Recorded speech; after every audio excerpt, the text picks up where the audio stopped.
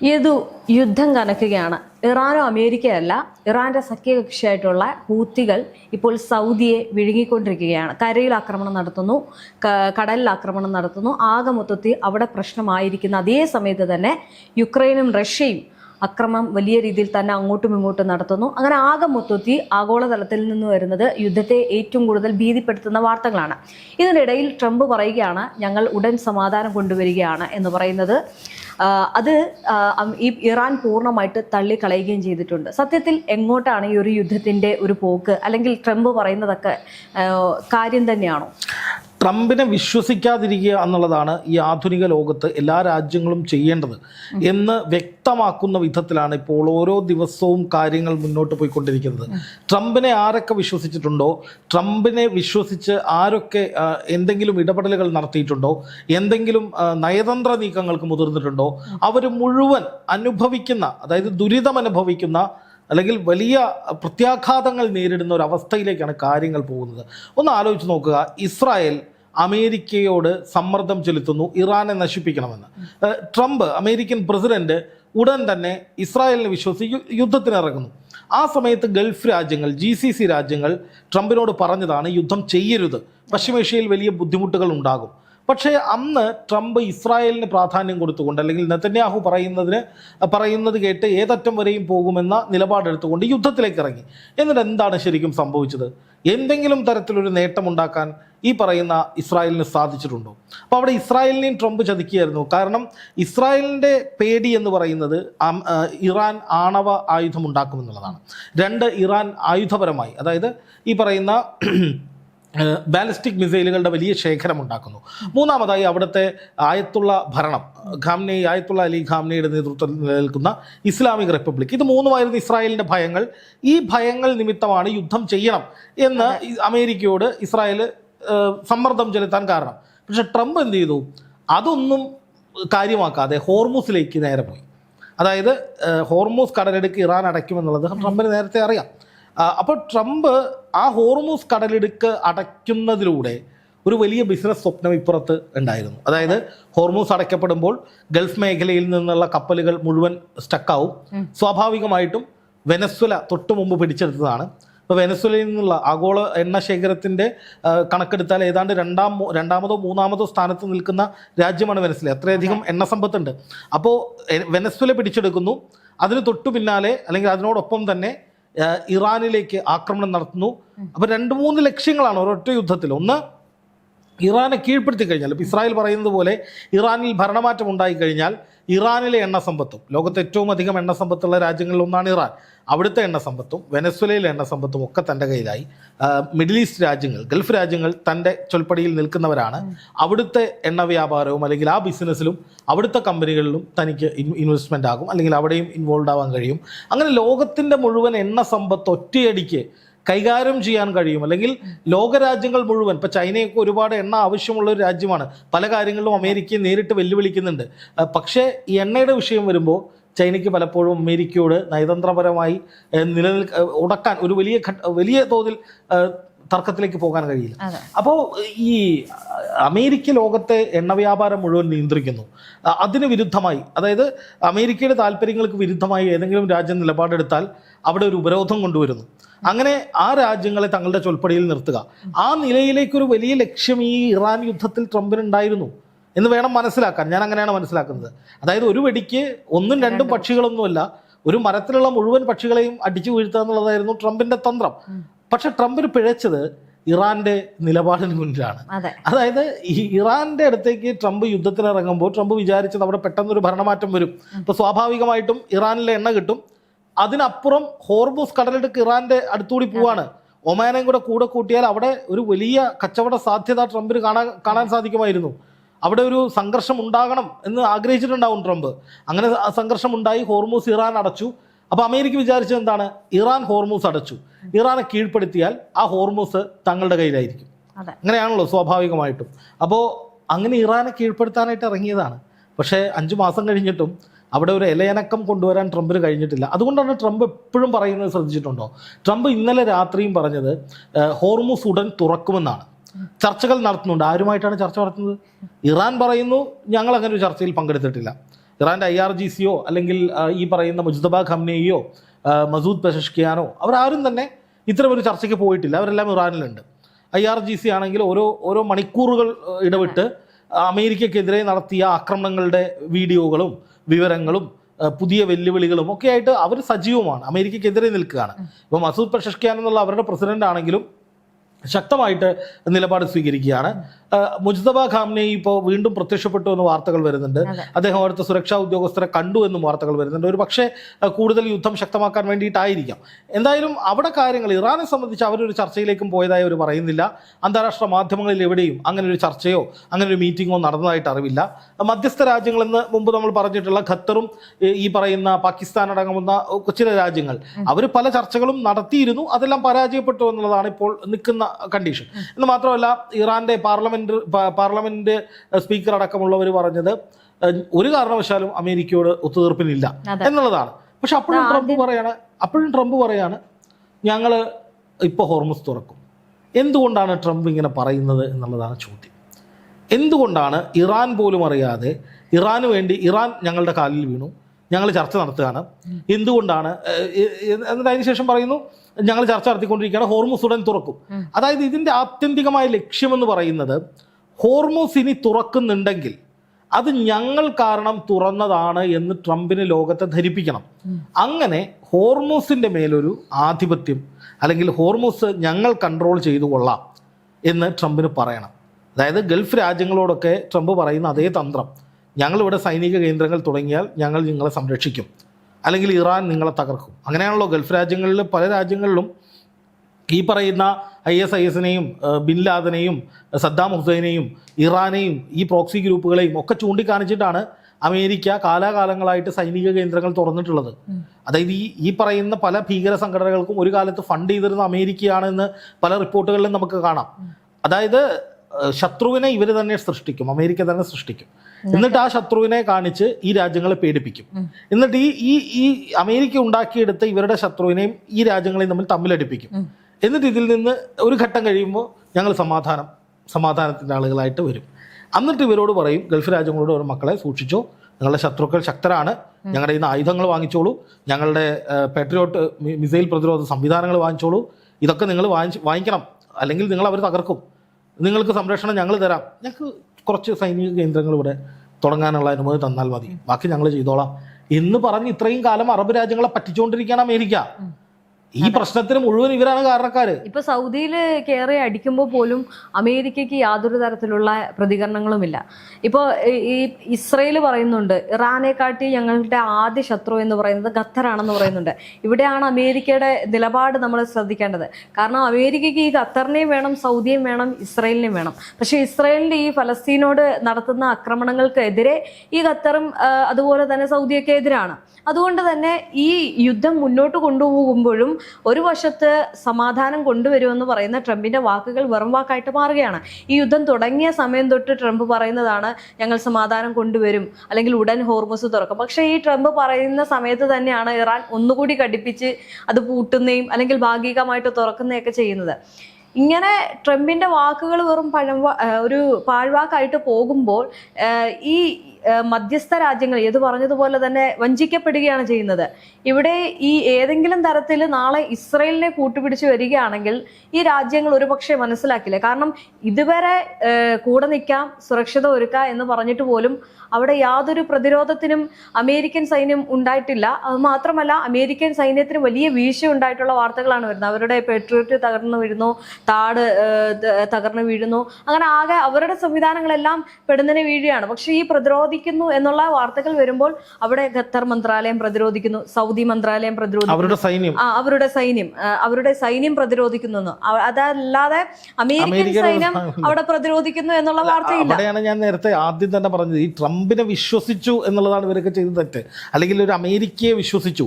അതായത് ഇറാൻ ആദ്യം മുതലേ പറയുന്ന ഒരു കാര്യം, എന്തിനാണ് പാശ്ചാത്യ രാജ്യങ്ങൾ പശ്ചിമേഷ്യയിൽ ഇടപെടുന്നത്? ഇപ്പോൾ റീജിയണലായിട്ട് നോക്കിയാൽ പോലും എന്തിനാണ് ഈ പറയുന്ന അമേരിക്കയുടെ സാന്നിധ്യം ഇവിടെ? ഇവിടെ ഹോർമൂസ് ഉണ്ട്, എണ്ണപ്പാടങ്ങളുണ്ട്, ഇവിടെ നമ്മുടെ ഒരുപാട് സവിശേഷതകളുള്ള സഹോദര രാജ്യങ്ങളാണ് ഈ അറബ് രാജ്യങ്ങൾ. ഇപ്പോൾ OIC എന്ന് പറയുന്ന organisation of Islamic cooperation 53 Arab രാജ്യങ്ങളുടെ സംഘടനയാണ്. അറബ് ലീഗ് എന്ന് പറയുന്ന 10-24 അറബ് സംഘടനകളുടെ ഒരു കൂട്ടായ്മയുണ്ട്. ഇതിലൊക്കെ ഇറാൻ ഭാഗമാണ്, സൗദി ഭാഗമാണ്, കുവൈറ്റ്, ഖത്തർ എല്ലാവരും ഉണ്ട്. ഈ രാജ്യങ്ങളൊക്കെ ഒന്നിച്ച് നിൽക്കുകയാണ്. ഇപ്പം ഇവിടുത്തെ കാര്യങ്ങൾ ഈ പറയുന്ന പശ്ചിമേഷ്യയിൽ ഈ രാജ്യങ്ങൾ ഒന്നിച്ച് നിന്ന് എന്തൊക്കെ ചെയ്യാം, എന്തൊക്കെ വിഷയങ്ങളിൽ നിലപാട് സ്വീകരിക്കണം, എന്തൊക്കെ ചെയ്യണമെന്നത് സംബന്ധിച്ച് തീരുമാനിക്കുന്നതിന് ഇവർ നിരന്തരമായി യോഗം ചേരാറുണ്ട്.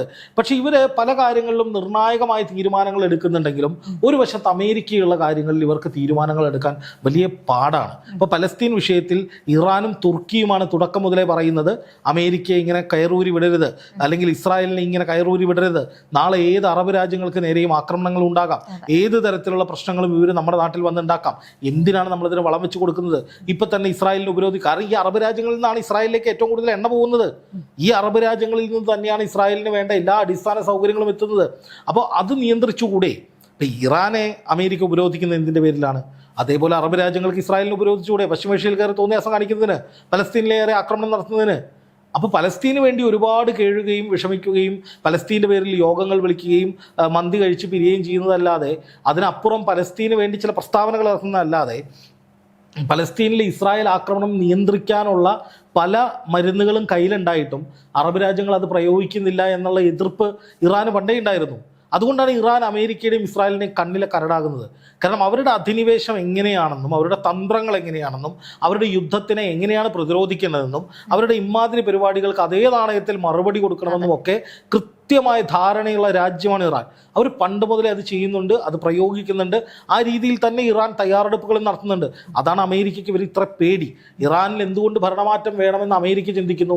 ഇറാൻ ഒരിക്കലും അമേരിക്കയുടെ ഡയറക്റ്റ് എനിമി അല്ല. ഇറാനിൽ നിന്ന് മിസൈൽ അയച്ചാൽ ചിലപ്പോൾ അമേരിക്കയിൽ എത്തുകയില്ല. കാരണം 4500-5000 കിലോമീറ്റർ ഉണ്ട്. ഇറാൻ്റെ പക്കൽ അത്രയും ദൂരത്ത് പോകുന്ന മിസൈലുകൾ ഉണ്ട് എന്ന് പറയപ്പെടുന്നുണ്ടെങ്കിലും അത് അപ്രായോഗികമാണ്, ഒരു പരിധിവരെ അപ്രായോഗികമാണ്. അപ്പോൾ അമേരിക്കയെ സംബന്ധിച്ച് ഇറാൻ ഒരു ഡയറക്റ്റ് ത്രെട്ടേ അല്ല. പക്ഷെ എന്തുകൊണ്ടാണ് ഇറാനിലേക്ക് അമേരിക്കയ്ക്ക് ഇത്ര താല്പര്യം? അതാണ് ഞാൻ പറഞ്ഞത്. ഒന്ന്, പശ്ചിമേഷ്യയിൽ അമേരിക്കയുടെ സകല തന്ത്രങ്ങളെയും എതിർക്കാൻ കെൽപ്പുള്ള ഒരു രാജ്യമാണ് ഇറാൻ. അതിനെ നിരന്തരമായി ചോദ്യം ചെയ്യുന്ന ഒരു രാജ്യമാണ് ഇറാൻ. ഈ യുദ്ധ വിഷയങ്ങളിലടക്കം നിരന്തരമായി അമേരിക്കയ്ക്ക് പ്രതിരോധം തീർത്തുകൊണ്ട് നിലപാട് സ്വീകരിച്ചിട്ടുള്ള ഒരു രാജ്യമാണ് ഇറാൻ. പലസ്തീൻ വിഷയത്തിലടക്കം ഇറാൻ എടുത്തിട്ടുള്ള പല നിലപാടുകളും ഇസ്രായേലിന് വലിയ ബുദ്ധിമുട്ടുകൾ ഉണ്ടാക്കിയിട്ടുണ്ട്, അമേരിക്കയ്ക്ക് വലിയ ബുദ്ധിമുട്ടുകൾ ഉണ്ടാക്കിയിട്ടുണ്ട്. അപ്പോൾ സ്വാഭാവികമായിട്ടും അങ്ങനെ ഒരു രാജ്യം വളർന്നു വരുന്നത് അപകടകരമാണ് എന്നുള്ള ചിന്ത അമേരിക്കയ്ക്ക് ഉണ്ടായി. അങ്ങനെയാണ് ഇറാനിലേക്ക് ആക്രമണം നടത്താൻ ഇസ്രായേൽ പറഞ്ഞപ്പോൾ അതിവേഗത്തിൽ അമേരിക്ക ശരി എന്ന് പറഞ്ഞത്. പക്ഷെ അതിൽ തന്നെ മറ്റൊരു പ്രശ്നമുള്ളത്, ഈ ഹോർമൂസും ഇറാനിലെ എണ്ണപ്പാടുമായിരുന്നു അമേരിക്കയുടെ ലക്ഷ്യം. അത് ഇസ്രായേലിനോടുള്ളൊരു ചതി കൂടിയാണത്. വേറെ കാര്യം, ഇസ്രായേൽ പ്രധാനമന്ത്രി പറയുന്നത് നിങ്ങൾ ആണവ വിഷയം തീർക്കൂ, മിസൈൽ പ്രശ്നം തീർക്കൂ, അല്ലെങ്കിൽ അവിടുത്തെ ഭരണമാറ്റം ഉണ്ടാക്കൂ, അതായിരുന്നു ഇസ്രായേലിൻ്റെ ആവശ്യം. ഇത് മൂന്നും ഇപ്പം അമേരിക്കയുടെ വിഷയമല്ല. യുദ്ധം മുറുകി കഴിഞ്ഞപ്പോൾ അമേരിക്ക തനി സ്വഭാവം കാണിച്ചു. അതുകൊണ്ടാണ് ഇസ്രായേൽ മാറി നിൽക്കുന്നത്.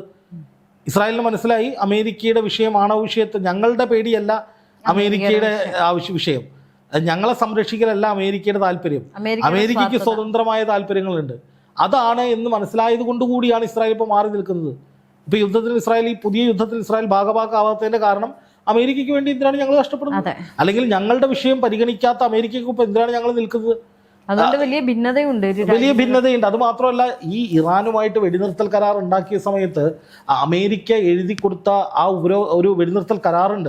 ഇറാന് സമ്പൂർണ്ണ സ്വാതന്ത്ര്യം കൊടുക്കുന്ന കരാറായിരുന്നു, ഇറാനെ വളർത്താൻ ഉതകുന്ന കരാറായിരുന്നു. പക്ഷെ അതൊരു ചതിയായിരുന്നു. പക്ഷെ ആ കരാർ കാണുമ്പോൾ ഇസ്രായേലിന് ദേഷ്യം വരും. അതിനാണ് ഇസ്രായേൽ മാറിയത്. ഇപ്പൊ സൗദിക്ക് സംഭവിക്കുന്നത് തന്നെയാണ്. അമേരിക്ക പറയുന്നു നമുക്ക് ആണവ സഹകരണം ഉണ്ടാക്കാം, അതായത് പശ്ചിമേഷ്യയിൽ ഒരൊറ്റ ആണവ രാജ്യം മതി, അത് സൗദി ഞങ്ങളുടെ സബ് കൺട്രി മതി, ഞങ്ങളുടെ കൂട്ടുകാര് സൗദി ഞങ്ങളുടെ സൗഹൃദ രാജ്യമാണ്, അപ്പോൾ സൗദി മതി, ഇറാൻ വേണ്ട. ഇപ്പം ഇറാൻ ഏതെങ്കിലും ആണവ ഭീഷണി ഉയർത്തിയാൽ അതിനെ സൗദിയെ വെച്ച് അടിക്കാം എന്നുള്ളതാണ് അമേരിക്കയുടെ തന്ത്രം. അതായത് പശ്ചിമേഷ്യയിൽ 2 രാജ്യങ്ങൾ ആണവശക്തികളായിട്ട് അവരെ ഏറ്റുമുട്ടിക്കോട്ടെ, ഞങ്ങളില്ല എന്നുള്ളതാണ് അമേരിക്കയുടെ മറ്റൊരു തന്ത്രം. അപ്പോൾ ഇപ്പോൾ സംഭവിക്കുന്നത് എന്താണെന്ന് വെച്ച് കഴിഞ്ഞാൽ, സൗദി ഈ GCC രാജ്യങ്ങളിൽ ആദ്യമായിട്ട് ഇറാനുമായിട്ട് നേരിട്ട് അമേരിക്കയ്ക്കൊപ്പം നിന്നുകൊണ്ട് യുദ്ധത്തിനിറങ്ങിയ രാജ്യമാണ്. ട്രംപിനെ അത്രയും വിശ്വസിച്ചുകൊണ്ടാണല്ലോ സംഭവിച്ചത്. എന്നിട്ട് ഇപ്പോൾ സൗദിയുടെ അവസ്ഥ എന്താണ്? ഒറ്റയ്ക്ക് നിന്ന് അടിമേടിക്കുക. ട്രംപ് അവിടെ അടി ഉണ്ടാക്കിയിട്ട് കളം വിട്ടു. ഇനി ട്രംപ് അവതരിക്കുന്നത് എങ്ങനെയാണെന്നറിയോ? സൗദിക്ക് കൂടുതൽ സൈനിക സഹായം, സൗദിക്ക് കൂടുതൽ ആയുധങ്ങൾ, സൗദിക്ക് കൂടുതൽ വ്യോമ പ്രതിരോധ സംവിധാനങ്ങളൊക്കെ ഫ്രീ ആയിട്ടല്ല, പൈസയ്ക്ക് കൊടുക്കും, അത് അടുത്ത ആയുധ കരാർ അവിടെ ഒപ്പിടും. അതാണ് ട്രംപിൻ്റെ മറ്റൊരു ലക്ഷ്യം. ഇപ്പോൾ ഹൂത്തികളെ സംബന്ധിച്ച് ഹൂത്തികൾ എപ്പോഴും ഇറാൻ്റെ കൂടെ നിന്നിട്ടുള്ള രാജ്യമല്ല, ഒരു ഗ്രൂപ്പാണ് യമനിലെ ഹൂത്തി വിമതർ എന്ന് പറയുന്നത്. അപ്പോൾ ഈ ഹൂത്തികൾ ഇതിനു മുമ്പും പശ്ചിമേഷ്യയിൽ ഒരു വലിയ നീക്കം നടത്തിയിട്ടുണ്ട്. അതായത് ബാബൽ മന്ദബ് കടലിടുക്ക് ഏതാണ്ട് 3 മാസക്കാലത്തിലധികം ഹൂത്തികൾ അടച്ചിട്ടുണ്ട്. അത് പലസ്തീൻ യുദ്ധം നടക്കുന്ന സമയത്താണ്. അന്ന് പലസ്തീൻ യുദ്ധം നടക്കുന്ന സമയത്ത് ഹിസ്ബുള്ള, ഹൂത്തികൾ, ഈ 2 ഗ്രൂപ്പുകളാണ് ഏറ്റവും പ്രധാനമായിട്ട് അന്ന് ഇറാന് വേണ്ടി കളത്തിലിറങ്ങിയത്. അന്ന് ഇറാൻ നേരിട്ട് കളത്തിലിറങ്ങിയില്ല. ഈ ഹൂത്തികളും ഹിസ്ബുള്ളയുമാണ് ഹമാസിന് വേണ്ടി, പലസ്തീൻ ജനതയ്ക്ക് വേണ്ടി ഇറാൻ്റെ നിർദ്ദേശപ്രകാരം കളത്തിലിറങ്ങിയത്. ഹിസ്ബുള്ള വടക്കൻ ഇസ്രായേലിലേക്ക് നിരന്തരം ആക്രമണങ്ങൾ നടത്തി. ഹൂത്തികൾ ചെങ്കടൽ ബ്ലോക്ക് ചെയ്തു. അന്ന് ഈ സഖ്യകക്ഷികളെ, ജോർദാൻ ഉൾപ്പെടെയുള്ള തങ്ങളുടെ സൗഹൃദ രാജ്യങ്ങൾ, നാറ്റോ നെറ്റ്വർക്കിൽപ്പെട്ട ഫ്രാൻസ്, ബ്രിട്ടൻ, ജർമ്മനി തുടങ്ങിയ രാജ്യങ്ങളുടെയൊക്കെ സൈന്യവുമായിട്ട് അമേരിക്ക അവരുടെ ഒരു വലിയ പടക്കപ്പൽ, 3 പടക്കപ്പലുകൾ ഈ ചെങ്കടലിലേക്ക് കൊണ്ടുവന്നിരുന്നു. ആ കപ്പലുകൾ വന്നത് മാത്രമേ ഓർമ്മയുള്ളൂ. തലങ്ങും വിലങ്ങും ഹൂത്തികൾ അടിച്ചു. ഒടുവിൽ അവർക്ക് തിരിച്ചു പോകേണ്ടി വന്നു. ഇതിനിടയിൽ യമനിലേക്ക് പലതവണ അമേരിക്ക ആക്രമണം നടത്തി. ഈ വിമാനങ്ങൾ ഉപയോഗിച്ച്, ഈ കപ്പലുകളിൽ കൊണ്ടുവന്ന വിമാനങ്ങൾ ഉപയോഗിച്ചിട്ട് യമനിലേക്ക് പല ആക്രമണങ്ങൾ, ഈ ഹൂത്തി കേന്ദ്രങ്ങളിലേക്കൊക്കെ അമേരിക്ക പലതവണ ആക്രമണം നടത്തിയെങ്കിലും ഹൂത്തികളെ തകർക്കാൻ അവർ കഴിഞ്ഞില്ല. അമേരിക്കയ്ക്ക് നിരുപാധികം പിന്തിരിഞ്ഞോടേണ്ടി വന്നു, ലിറ്ററലി പിന്തിരിഞ്ഞോടേണ്ടി വന്നു. ആ ഹൂത്തികൾ വീണ്ടും ഇറങ്ങുമ്പോൾ ഒരു കാരണവശാലും അമേരിക്ക അവിടെ പോയിട്ട് ഒരു ഭാഗ്യപരീക്ഷണത്തിന് തയ്യാറാവില്ല. കാരണം ഒന്ന്, അമേരിക്കയുടെ യുദ്ധ ചെലവുകൾ അത് ഭീകരമാംവിധം വർദ്ധിച്ചു എന്ന് അമേരിക്കയിൽ തന്നെ അഭിപ്രായമുണ്ട്. സൈനികർ മടിക്കുന്നു, സൈനികരുടെ എണ്ണം കുറയുന്നു. പിന്നെ ഏറ്റവും വലിയ പ്രശ്നം അമേരിക്കയുടെ വ്യോമ പ്രതിരോധ സംവിധാനങ്ങൾ അത് ശോഷിച്ചുകൊണ്ടിരിക്കുകയാണ്. ഇപ്പോൾ പാട്രിയറ്റ്, ആരോ, താഡ് തുടങ്ങി ഇവരുടേതായിട്ടുള്ള കുറേ വ്യോമ പ്രതിരോധ സംവിധാനങ്ങളുണ്ട്. ഈ സംവിധാനങ്ങൾ മുഴുവൻ തീർന്നുകൊണ്ടിരിക്കുകയാണ്.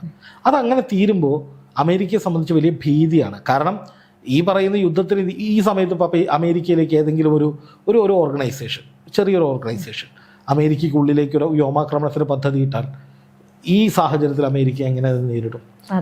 എത്രത്തോളം പ്രതിരോധിക്കാൻ പറ്റും? പോട്ടെ, ഇറാൻ്റെ കയ്യിൽ അദൃശ്യമായ മിസൈലുകൾ ഉണ്ടെന്ന് വെക്കുക. 5000-6000 കിലോമീറ്റർ അമേരിക്കയ്ക്കുള്ളിലേക്ക് ആക്രമണം നടത്താൻ കഴിയുന്ന മിസൈലുകൾ ഇറാൻ തദ്ദേശീയമായിട്ട് ഉൽപ്പാദിപ്പിച്ചിട്ടുണ്ട് എന്ന് വെക്കുക. ഒരു ഘട്ടം കഴിയുമ്പോൾ അവരത് പ്രയോഗിച്ചാൽ എന്ത് ചെയ്യും? പോട്ടെ, അമേരിക്കൻ സൈനിക കേന്ദ്രങ്ങൾക്കുള്ളിലേക്ക് തുടർച്ചയായി മാസങ്ങളോളം ആക്രമണം നടത്താൻ ഇറാൻ പദ്ധതി കിട്ടുമെന്ന് വിചാരിക്കുക. എവിടെ നിന്നാണ് അമേരിക്കയ്ക്ക് ഇതിനെ പ്രതിരോധിക്കാനുള്ള സന്നാഹം? അപ്പോൾ അതുകൊണ്ടാണ് അമേരിക്ക ആരംഭത്തിലുള്ള ശൂരത്വമൊന്നും ഇപ്പോൾ ഇല്ല. അമേരിക്കയെ സംബന്ധിച്ചത് എങ്ങനെയെങ്കിലും ഒന്ന് പെട്ടെന്ന് വൈൻഡപ്പ് ചെയ്യണം എന്നുള്ളൊരു നിലയിലേക്ക് മാറി. എന്ന് മാത്രമല്ല, സൗദിയൊക്കെ ഇറക്കി കളിക്കാൻ നോക്കിയിട്ട് സൗദിയൊക്കെ വലിയ തിരിച്ചടി വാങ്ങിക്കൊണ്ടിരിക്കുകയാണ്. അപ്പോൾ അതിൻ്റെയൊക്കെ അർത്ഥം എന്ന് പറയുന്നത് ഇറാൻ്റെ പ്രോക്സി ഗ്രൂപ്പുകളും ദുർബലരല്ല എന്നുള്ളതാണ്. ദുർബലരാണെങ്കിൽ എന്താണ് ചെയ്യുക? ദുർബലരാണെങ്കിൽ അവർ ഒന്നുകിൽ ഒരു ഒത്തുതീർപ്പിലേക്ക് പോകും, അല്ലെങ്കിൽ കീഴടങ്ങും, അല്ലെങ്കിൽ യുദ്ധത്തിന്, ഒരു ആക്രമണത്തിന് മുതിരില്ല. ഇവിടെ ദുർബലരല്ല ഇറാൻ എന്നുള്ളതിൻ്റെ തെളിവാണ് ഈ ശക്തമായിട്ട് നടക്കുന്ന ആക്രമണങ്ങൾ. അപ്പോൾ സ്വാഭാവികമായിട്ടും ഒരു ഘട്ടം കഴിയുമ്പോൾ, ഇനിയും കുറച്ച് നാളും കൂടി കഴിയുമ്പോൾ ഇറാൻ കുറെ കൂടി യുദ്ധത്തിൽ മേൽക്കൈ ഉണ്ടാക്കുകയും അമേരിക്കയ്ക്കും അറബ് രാജ്യങ്ങൾക്കും വലിയ നാശനഷ്ടങ്ങൾ ഉണ്ടാക്കുകയും ചെയ്യും. ഹോർമൂസിൽ ഒരു തരത്തിലും അമേരിക്കയ്ക്ക് കൈവയ്ക്കാൻ കഴിയില്ല. ഇപ്പോൾ ഹോർമൂസ് തുറക്കുമെന്ന് പറയുന്നതിൻ്റെ ഒരു കാരണം ഈ ഗൾഫ് രാജ്യങ്ങൾ ഇപ്പോൾ ഭയന്നിരിക്കുകയാണ്. അപ്പോൾ അതുകൊണ്ട് തന്നെ ഈ സൗദി ഉൾപ്പെടെയുള്ള ഗൾഫ് രാജ്യങ്ങൾ ഉടൻ തന്നെ ഇറാനുമായിട്ടൊരു ചർച്ച നടക്കും. ഒമാൻ ചർച്ച നടത്തി കഴിഞ്ഞു. ഇനി എന്നിട്ട് ഇവർ തീരുമാനിക്കും, ഗൾഫ് രാജ്യങ്ങൾ എല്ലാവരും കൂടി തീരുമാനിക്കും, നമുക്ക് ഹോർമൂസിലെ കാര്യങ്ങൾ തീരുമാനിക്കാം. ഇറാൻ ഒരു പെർസെൻറ്റേജ് കൊടുക്കാം, ഒമാനും ഒരു പെർസെൻറ്റേജ് കൊടുക്കാം. 3 രാജ്യങ്ങളാണ് ഈ ഹോർമൂസിൻ്റെ ഉള്ളതെന്ന് പറയുന്നത്. ഇതിൽ കപ്പൽപാത കടന്നു പോകുന്ന ഏറ്റവും പ്രധാനപ്പെട്ടത് ഇറാനാണ്. അപ്പുറത്ത് ഈ ഒമാനുണ്ട്. ഇതിൻ്റെ കുറച്ചപ്പുറത്തായിട്ട് UAE ഉണ്ട്. ഈ 3 രാജ്യങ്ങൾ പ്രധാനമായിട്ടും ഈ ഹോർമൂസിന് തരുന്നത്. അപ്പോൾ അങ്ങനെ വരുമ്പോൾ ഒമാനും ഇറാനുമാണ് ഇത് കൺട്രോൾ ചെയ്യാൻ എളുപ്പം. അപ്പോൾ ഇവരുടെ നേതൃത്വത്തിൽ ഒരു ടീം, ഒരു കൺസോർഷ്യം പോലെ ഈ ഹോർമൂസ് നിയന്ത്രിക്കാനുള്ള രാജ്യങ്ങളുടെ കൂട്ടായ്മ. ഇപ്പോൾ രാജ്യങ്ങൾ തമ്മിൽ ഒരുപാട് കൂട്ടായ്മയുണ്ടല്ലോ, G7, ബ്രിക്സ്, അങ്ങനെയൊക്കെയുള്ള ഒരുപാട് അതുപോലെ തന്നെ ഹോർമൂസിന് വേണ്ടി ഒരു രാജ്യങ്ങളുടെ കൂട്ടായ്മ ഉണ്ടാവട്ടെ. ഇപ്പോൾ ഒപെക്കൊക്കെ പോലെ തന്നെ എണ്ണ ഉൽപ്പാദക രാജ്യങ്ങളുടെ കൂട്ടായ്മയാണ് organisation of petroleum exporting countries, OPEC. അതേപോലെ ഹോർമൂസ് കൈകാര്യം ചെയ്യുന്ന ഒരു രാജ്യങ്ങളുടെ കൂട്ടായ്മ ഉണ്ടാവട്ടെ. എന്നിട്ട് ആ രാജ്യങ്ങൾ ഹോർമൂസിലെ കാര്യം തീരുമാനിക്കട്ടെ. അതിൽ നിന്ന് കിട്ടുന്ന ഒരു വരുമാനത്തിൻ്റെ പെർസെൻറ്റേജ് ഇറാനിന് കൊടുക്കട്ടെ. അങ്ങനെ അവർ തീരുമാനിച്ചു. പിന്നെ അമേരിക്കയ്ക്ക് അവിടെ എന്താ സ്ഥാനം? അമേരിക്കയ്ക്ക് ഒരു സ്ഥാനമില്ല. അതിലേക്കാണ് കാര്യങ്ങൾ പോകുന്നത്. അതുകൊണ്ടാണ് ട്രംപ് യുദ്ധം നിർത്തിവെച്ചിട്ട് ഞാനിപ്പോൾ ചർച്ച നടത്തി ഹോർമൂസ് തുറക്കും, ഞാൻ ഹോർമൂസ് തുറക്കും എന്ന് പറഞ്ഞുകൊണ്ടിരിക്കുന്നത്. അതായത് ഹോർമൂസ് ഞങ്ങൾ പിടിച്ചെടുക്കുമെന്നും ഹോർമൂസിൽ എൻ്റെ പേരിടുമെന്ന് പറഞ്ഞ ആളാണ് ട്രംപ്. ആ ട്രംപ് ഇപ്പോൾ എവിടെ എത്തി നിൽക്കുന്നത്? ഞങ്ങൾ ഇറാനുമായി ചർച്ച നടത്തിക്കൊണ്ടിരിക്കുകയാണ്, ഹോർമൂസ് ഇപ്പോൾ തുറക്കും. അതായത് ഇതൊരു ഉളുപ്പില്ലായ്മയാണെന്ന് ആലോചിച്ച് നോക്കൂ. ഒരു വശത്ത് ഇറാൻ തന്നെ പറഞ്ഞു ഞങ്ങൾ ഒരു ചർച്ചയും നടത്തുന്നില്ല, ഞങ്ങൾ അമേരിക്കയോടുള്ള പ്രതികാരം തീർക്കും എന്ന് ഇറാൻ പച്ചയ്ക്ക് പറഞ്ഞു കഴിഞ്ഞു, പല തവണ പറഞ്ഞു കഴിഞ്ഞു. ട്രംപ് പറയുന്ന നുണയാണ്, ഞങ്ങൾ ചർച്ച നടത്തുന്നില്ല എന്ന് ഇറാൻ പറയുമ്പോഴും ട്രംപ് ഇരുന്ന് അലക്കാണ്. ഇറാൻ ഇങ്ങോട്ട് വന്നു, ഞങ്ങൾ ഇറാനുമായിട്ട് ചർച്ച നടത്തി, ഇതാ ഇപ്പോൾ ഹോർമൂസ് തുറക്കാൻ പോവുകയാണ്, ഞങ്ങൾ തുറക്കുകയാണെന്ന്. ശരിക്കും പറഞ്ഞാൽ അമേരിക്കയുടെ ഗതികെട്ട അവസ്ഥയാണ്, വളരെ നാണം കെട്ടൊരവസ്ഥയാണ്. അപ്പോൾ ട്രംപ് എന്ന് പറയുന്ന വിഗ്രഹം മുഖം രക്ഷിക്കാനും ഹോർമൂസിൽ അവസാനമായിട്ട് എന്തെങ്കിലും ഒരു ഇടപെടലിന് സാധ്യതയുണ്ടോ എന്നറിയാനും വേണ്ടി നടത്തുന്ന ദയനീയമായ ശ്രമമാണ്. ഇതെല്ലാം തകർന്നു പോകും എന്നുള്ളതിൽ ഒരു സംശയവും വേണ്ട. എന്തായാലും മണിക്കൂറുകൾക്കുള്ളിൽ, അധികം കഴിയുന്നതിന് മുമ്പ് തന്നെ ഇറാൻ ഈ യുദ്ധത്തിൽ വലിയ മേൽക്കൈ ഉണ്ട് എന്നുള്ള സത്യം ലോകം മനസ്സിലാക്കുകയും ഈ പറയുന്ന അമേരിക്ക ഏതെങ്കിലും തരത്തിൽ ഒരു കരാറ് തട്ടിക്കൂട്ടിയിട്ട് ഇവിടുന്ന് രക്ഷപ്പെട്ടു പോവുകയും ഈ യുദ്ധം അധികം വൈകാതെ തന്നെ അവസാനിക്കുകയും ചെയ്യാനുള്ള സാധ്യതയാണ് ഞാൻ കാണുന്നത്. ഇനി അല്ല ഈ വിധത്തിലാണ് പോകുന്നതെങ്കിൽ ഇറാനും പ്രോക്സി ഗ്രൂപ്പുകളും കൂടി ഗൾഫ് രാജ്യങ്ങളെ നാമാവശേഷമാക്കും, അമേരിക്കൻ സൈനിക കേന്ദ്രങ്ങളും വ്യാപകമായി തകർക്കും എന്നുള്ളതാണ് എനിക്ക് പറയാനുള്ളത്.